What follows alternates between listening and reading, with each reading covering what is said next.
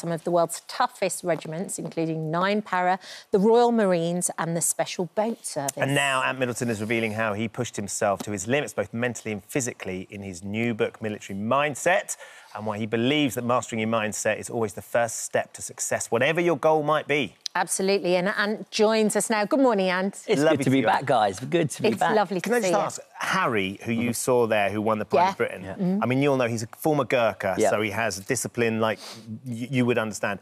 The mindset for somebody who has lost both their legs to climb Mount Everest, the highest mountain in the world, must be extraordinary. It's phenomenal, isn't it?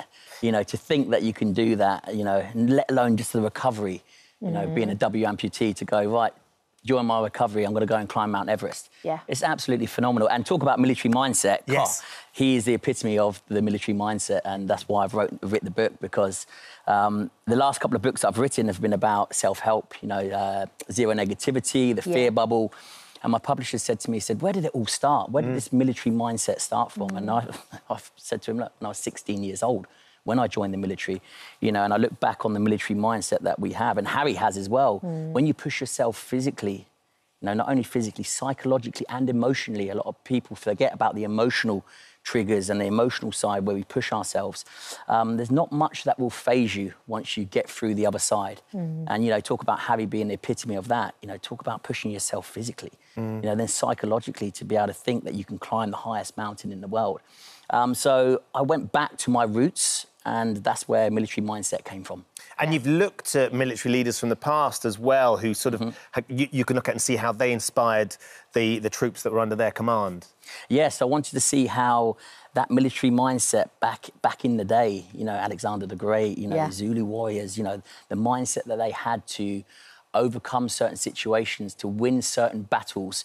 And I sort of wanted to relate it to the modern day mindset, military mindset, and it doesn't differ too much. And ultimately what it shows is that, you know, once we take charge of our minds, once we make our minds work for us rather than against us, which a lot of people do, we can achieve amazing things. Now you put a group of individuals like that together, there's nothing that we can't achieve. But it's also knowing, because you do mention, as you just said there, Alexander the Great in the book, and you talk about what a phenomenal leader he was. Absolutely. In what way what were his strengths? He led by example. Yeah. That's what we try to do as military individuals, is we lead by example. We roll our sleeves up.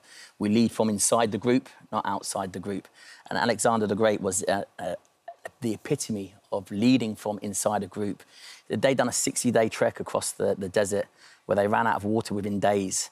And the troops found water. They went to Alexander the Great first of all and said, look, you drink first, you're our leader, you need to lead us the way, you know, show us the way. And he said, no, no, no. He said, I drink last. He said, my troops drink first, I will drink last, I will show you the way, I will still lead the way, but we will suffer together, and I will suffer as your leader the most. And I thought to myself, wow, that is what great leadership is about, because if you have a leader like that that you can look up to, then you'll fight through anything, almost anything. You talk about, one of the really interesting things about is when you get your mind to work with you rather than against you. And I think in Harry's story, who climbed Mount Everest, what the fascinating thing is how he really lost his way when he was going through rehab, and he lost his way because he wasn't sure how he was going to cope. I think the prejudice towards disabled people in Nepal was weighing heavily on him, and he started drinking, and he was drinking too much, and he really had to find his route back together, purpose, and get his mindset set just in terms of moving forward. And there's been times in your life as well, Anne, because we see you now excelling and doing all these amazing things, but there's been times in your life as well where you've lost your way a little bit, and it's been really, really difficult, and your mindset hasn't been as focused and as driven. Yeah, you know, and when you go through those situations, and you did talk about Harry, I've spoken to Harry in depth, you know, he said to me, you know, you can take my limbs away, but there's one thing that you can't take away, is the way that I think, is my mindset. Even though the situations and people like myself where we can get distracted and our minds can work against us, ultimately when we rein it in and we think about what we have, you know, the one thing that we do have that no one can take from us is the way that we think. You know, if you think about a nightmare, you're going to live a nightmare. You know, but if you think about, you know, your goals and you think about what you can achieve as an individual and you focus on yourself, and that's when your mind starts to work for you rather than against you. And, you know, these great people like Harry and, you know, a lot of people that I know, including myself, I always go back to thinking, you know, ignore the distractions that's going on, take charge of my mind, you know, and then you start to decision make a lot better. Yeah. It's hard, though, and we've seen more recently the tragedy of Liam Payne losing his life, and as you know only too well, because you became a very good friend of his, a big brother towards him, that the mindset and actually getting lost in that can be really, really detrimental. I think that show that you did with him, Straight Talking, was an extraordinary sort of exploration of his life, his world, and that relationship. We've got a lovely clip where he talks so frankly and openly about some of the demons that he's been facing. There's times where that level of loneliness and people getting into you every day, like I say, just every so often you're like, when will they send? Just have really great people. Just really great people around you and just finding out a different way of looking at it. Like you say, you know, when things start to pile on top of each other, that's when it can really get you. You've really got to change your view about it. There's only one thing you control within that situation, it is you. Yeah. It's amazing hearing you talk about that now and the tragedy of losing him at such a young age. I wonder, firstly, how you're doing, because I know you were close to him. Yeah, I was on a sort of PR tour for my K2 documentary that airs in Australia today, and my book, Military Mindset, that launches today as well. So it was funny because whilst I was on that PR tour in Australia and in the UK, everything sort of segued onto Liam. Of course. Which, you know, I don't mind talking about Liam. He was a great friend of mine, a super positive guy. But then I relate back to, you know, what I'm doing and, you know, especially Military Mindset. It's okay having those moments, you know, of being distracted or of non-clarity, shall we say, when the mind is fogged and you're easily distracted. And like Liam said there, it's about the people around you. You know, we can only do so much by ourselves. And it's very, very important, even if it's just a phone call, it's just a text. That's what me and Liam used to do, you know, all the time. A phone call, a text. I used to go and see him, you know, at the drop of a hat, because I knew that he just needed someone by his side. Not necessarily someone to chat about or to vent about, but just someone there, someone that's present.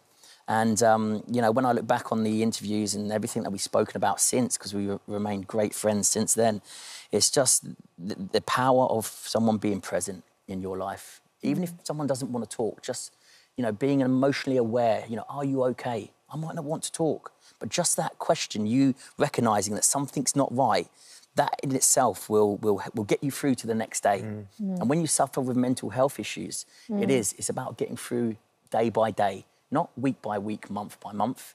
It's day by day. So if you think that someone's suffering or if you feel something's not right, just ask a question. Because I guarantee you, even if they don't want to talk, that question will go, someone's thinking about me. That's all I need to get through to the next day. Yeah. And sometimes it's just to be on the end of a phone or to be there and just to take that moment. When was the last time you spoke to him? Is there anything you feel you could have done? See, it's been I've been really busy, and Liam's being the mega star that he was, you know, you can imagine how busy he was. So, you know, I spoke to him on the phone probably about 8 months ago, but text since. And it's, you know, I remember just the beginning of the year, January, February, March, I was away in Australia doing Dancing with the Stars, right?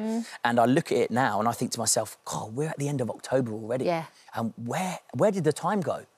And it only feels like I was at Liam's, like, yesterday. Yeah. Of course it does, because we're all so busy. Yeah. So, of course we can do more. Of course, you know, it's lessons like this from such a negative situation that we must draw from. We must look at the positives and go, right, actually, let's reach out to people. Yes. You know, that even if we don't think, you know, how long ago did I speak to someone? How long ago did I send a text to someone? And it's just made me think, you know, even though we're so busy with our lives, just if you've got 5 minutes, you've got 2 minutes and, you know, you're thinking about someone, don't just think about them. Let them know that you're thinking about them. Yeah. There's some amazing lessons in the book, and I love sitting down and talking to you. We've done so many chats over the years about mindset and where it's come from, and I just think that it's an extraordinary thing to know that you can help other people, you can help yourself as well. I still can't quite correlate the Ant Middleton that I know doing Dancing with the Stars in Australia and doing brilliantly. He did draw the line at one thing, though. Oh, yeah. Spray tan. No, I'm gutted you didn't get into the spray tan because I could see you getting to addicted. He did the sparkles, did the Cuban heels. I've done the wigs and everything. But I love the fact that you said when they asked you, you felt fear. Yeah. Yeah, so when they asked me to do it, you know, I felt fear, you know, and that's when I knew that I needed to say yes, because I always say there's no growth in comfort. I always try to lead by example. I always try to practice what I preach. But when this came up, it was such a segue that I thought to myself, right, listen, if I say no, that's the easy option. That's the easy option out, and, you know, it's almost resting on my laurels and what I've done before. And I always like to rewrite my story. So Dancing with the Stars was just another chapter. I love it. Well, the book Military Mindset is out today. Yes. Thank you for joining us. Thanks for coming out. Brilliant. Lovely to have a chat. Oh, great to be back. Thanks for visiting our This Morning YouTube channel. We upload tons of new content every single day. So hit the subscribe button, like all the videos, and don't miss out. We'll see you in the morning.